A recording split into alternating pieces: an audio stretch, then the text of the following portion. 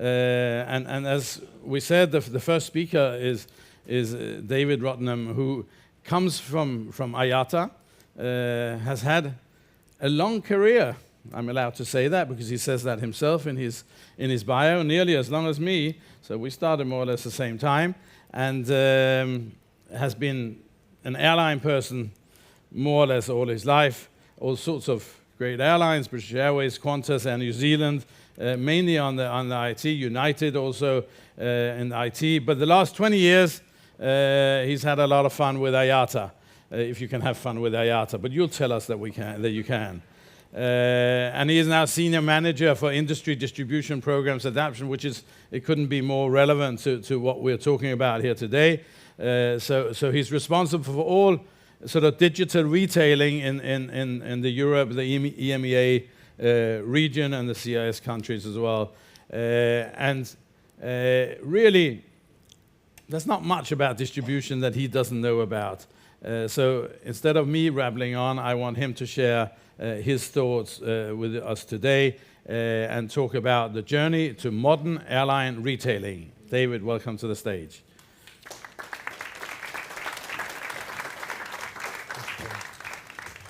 Thank you, John. If I didn't say IATA was a fun place to work for, Willie Walsh will kill me. What I've read and seen of the next program or initiative very much aligns with what we wish to achieve at IATA. By the way, there's no clock on the thing, so I have no idea where I am with time. Okay.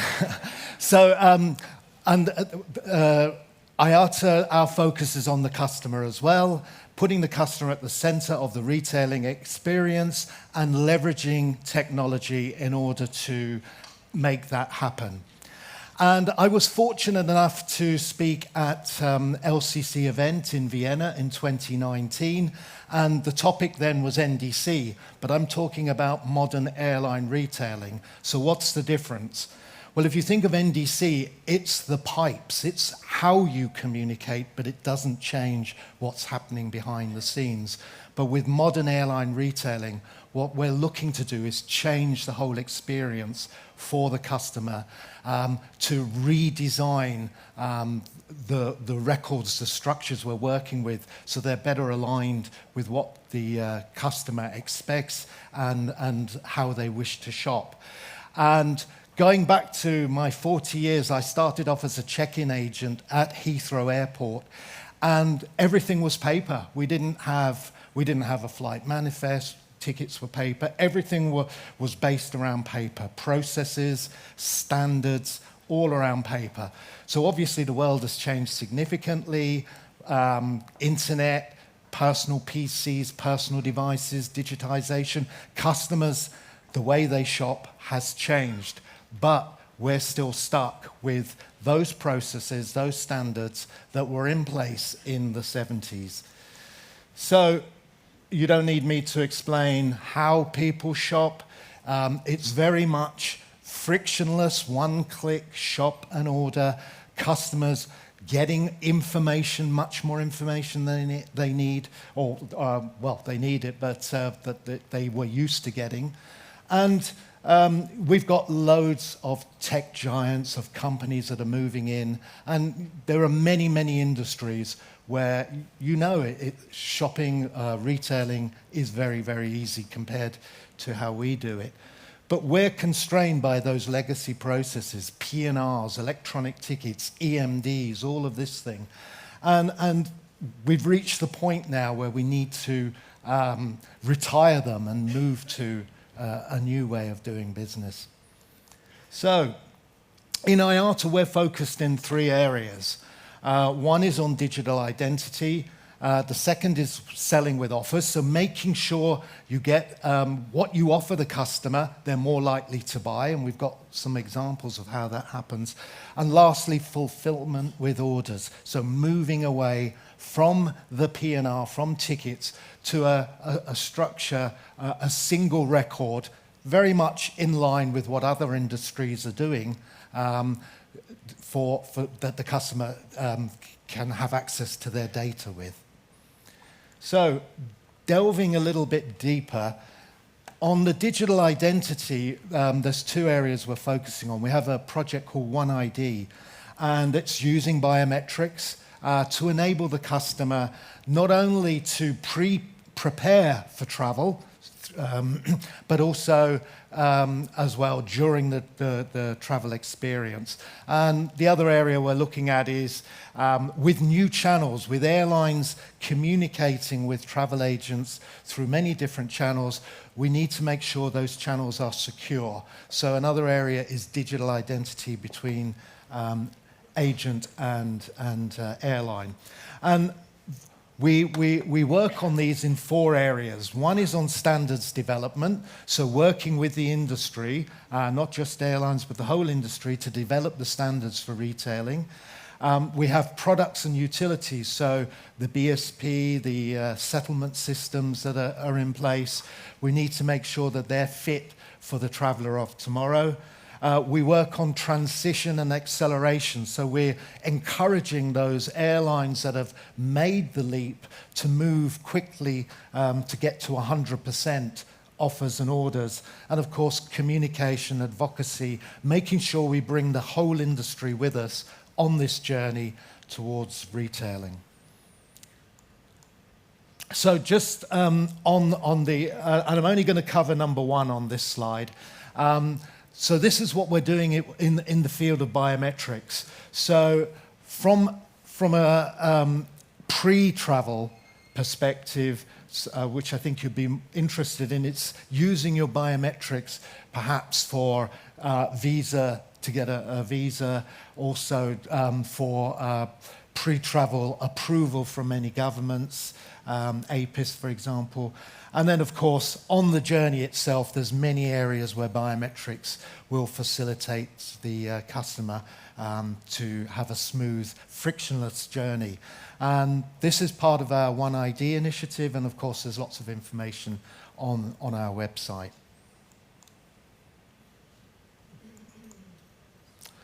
So, the train has left the station. As Martina mentioned, we've got 73 airlines that are already live with NDC. One thing to point out about these airlines, and we have over 300 members, but these 73 airlines account for the majority of transactions. So if we wanted to cut off, if we could, or were able to cut off working with P&Rs and ETs, volume-wise, transaction-wise, probably not an issue. But we want everyone on the journey. So we're working with all airlines to make sure that they become modern airline retailers. Lots and lots of tech providers. So that's bringing competition into the industry, and also a lot of innovative solutions being put in place. And I've heard here one or two tech providers and what they're offering. And we're seeing acceleration. Europe has always been traditionally strong, but we have seen in the US, admittedly, American Airlines rolled back on their rollout, but all three, of the big airlines over there, United, Delta, American, have programs in place, and Delta announced that in 2025 they plan to start NDC. So things are happening, things are changing, and now we are in this transition phase. This information is all on IATA.org, and you can see there's a fairly even global distribution of airlines. So every region is embracing retailing, NDC, and we get more and more airlines every day, well, not every day, but that are rolling out NDC, and we've got a couple in the pipeline from Europe, which is the region I handle, that should be making announcements shortly.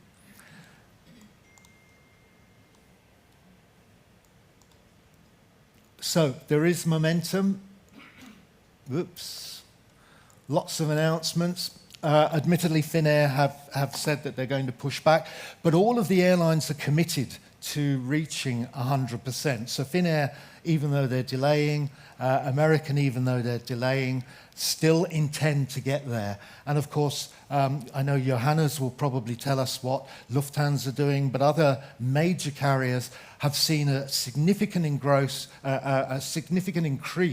in their volumes of transactions, and we're already reaching that tipping point for many airlines where selling through NDC is now becoming the norm and the majority of their business. And we expect more announcements to come out. And you see these pretty much every day. Airlines are now seeing the benefits. One thing to emphasize is that the McKinsey study that we worked with from 2019, updated in 2020, what they showed was that there are over $45 billion potential revenue to be had if all of modern airline retailing is embraced. But the majority of that is incremental revenue. And we do put an emphasis, it's about getting the additional revenue rather than focusing so much on the cost savings, which are still significant, but we do want to make that revenue increase the primary focus. I know Johannes will be talking about Lufthansa's continuous pricing, but one thing to remember about continuous pricing, it does improve the airline's bottom line, but they're being able to offer customers fares that they want. So obviously the customers are buying. So instead of great leaps in pricing, you've got a more gradual and therefore a better customer service, or better customer focus. I wanted to focus here because I know one of the issues or one of the complaints, and we are listening to the industry, is about, well, I have to go all over the place to get all of this airline's content. And there are many ways that you can get content. So we have the new aggregators coming in, and they may be using online booking tools, sellers, to reach the corporates and the business travelers. We also have aggregators that connect directly to sellers, onto payers.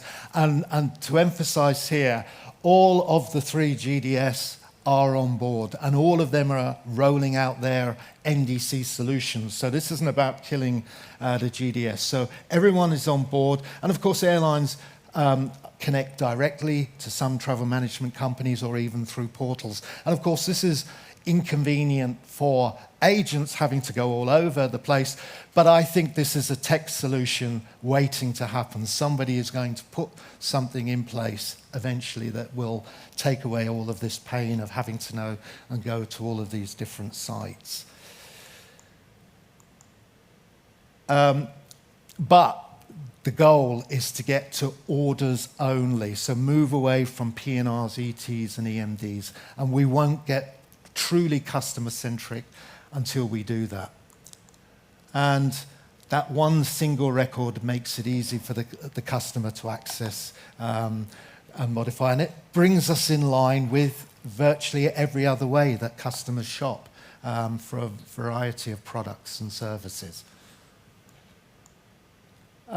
We've set up a consortium, over 20 airlines, and these are addressing that transition because we are in the transition phase. And they've tackled a number of very important topics like how to build a business case, procurement, so anything whenever you're considering bringing on an IT solution, what you need to do, the industry transition, how airlines should structure themselves internally. So a number of topics that will facilitate that transition to become modern airline retailing. And with that, I think I'm up. I've got a bit of time for questions, plenty of information on the website. Oh, sorry, one last thing. Servicing. Servicing is another area that I've heard is of concern. And this is an area, again, that we're addressing, that's being addressed. And remember that servicing, there are no gaps or very small, if any, gaps in the standard. It's more about implementation. And now we're working with airlines to make sure that they put in place the right servicing to support the industry. And let's not forget, servicing as it isn't great. I mean, if you've got a passenger in a P&R who decides they want to change a flight, you've got to divide the P&R, you've got synchronization issues. And now I have truly finished, so plenty of on the website. Thank you, David. Thank you.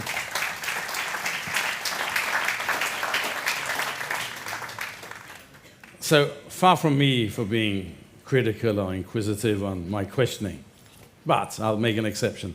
You know, you're from the UK. We have an election coming up.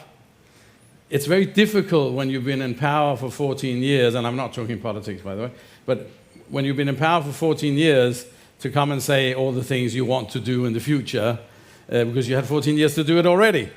It's proving difficult for a certain party.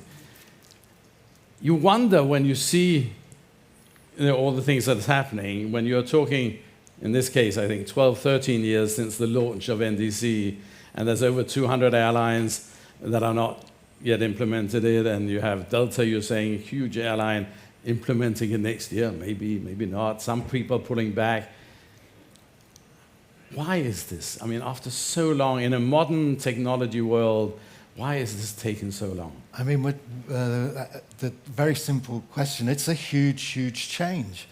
Remember, airlines or the industry went electronic before the internet came along, and we've been doing it our way ever since. But the internet has completely changed everything. And now we have to kind of almost plug back into that. So it is a long transition. I don't think anyone would argue that, you know, the way we worked and the way potential, that we should stay doing what we're doing. To me, it's absolutely, it's going to happen. It may take longer. It may take a different government, but it will happen. Okay, good. I mean, we will have an NDC panel here later, and we have breakouts, so we're talking a lot about NDC during the day. It's just when we have you here, it's an obvious question, and it may be slightly different. I mean, you were around, and I was around when it was launched. It might have a different format and different ideas now. I mean, you stressed that it was not a GDS bypass, and GDS are working. Maybe in the beginning it would have been, it could have been a GDS bypass, but that's not the case any longer, and we have the GDS speaking later on, so I'll ask them directly about that.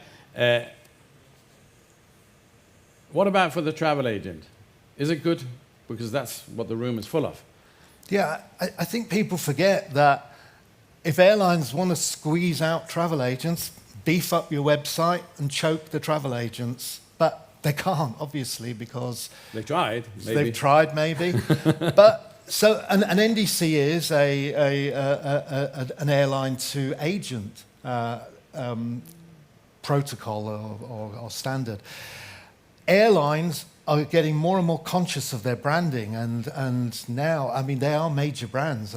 I'm sure if you ask anyone, name a major company in Germany, Lufthansa is going to be one of the first that they'll say. Absolutely. So airlines are brands, and they want to maintain and make sure that they're represented as best as they can be. So whether it's through travel agent, direct, whoever, they want that's the aim. Good. I think we will have you back in a period, and we will see if all the promises that the politician and IATA makes comes to fruition. But we appreciate your honesty and your clarity for the audience here today. Thank you very much. Thank you to David Rutman. Thank you. Thank you, John. Cheers, David.